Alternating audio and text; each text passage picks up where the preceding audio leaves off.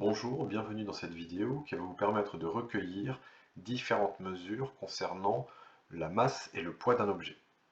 Rappelons que la masse d'un objet se mesure avec une balance en grammes ou en kilogrammes et qu'elle correspond à la quantité de matière qui constitue cet objet. En revanche, le poids est une force, il se mesure donc en newtons et non pas en kilogrammes, et on le mesure également avec un appareil qui s'appelle un dynamomètre. Sur la vidéo ici, vous voyez que le dynamomètre sera le rectangle de couleur marron. Nous avons avec cette application la possibilité donc de mesurer le poids de différents objets. Vous pourrez faire varier la masse de l'objet avec le curseur qui est en haut à gauche. Vous laisserez bien la raideur du dynamomètre telle qu'elle est. Et on peut également afficher les forces qui s'exercent sur l'objet qui est suspendu au dynamomètre. L'objet est actuellement soumis à son propre poids puisqu'il est attiré par la Terre, que l'on retrouve ici. G est le centre de gravité de l'objet. On a donc ici un poids de 19,6 newtons.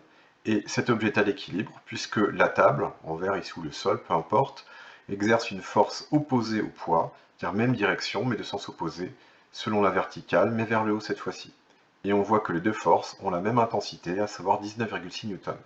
L'objet est donc à l'équilibre.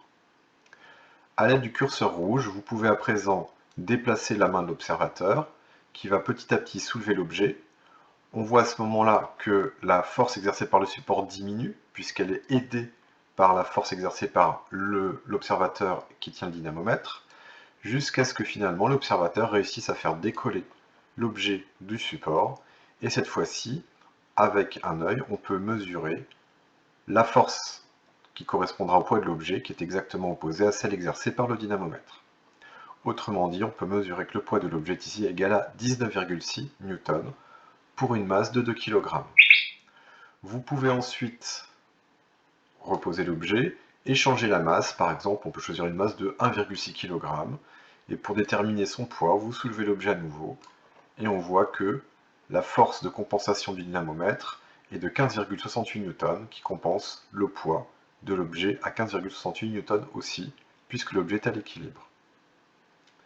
Vous allez donc maintenant utiliser cette application pour trouver le poids correspondant des objets de masse différentes que vous avez sur votre feuille de TP.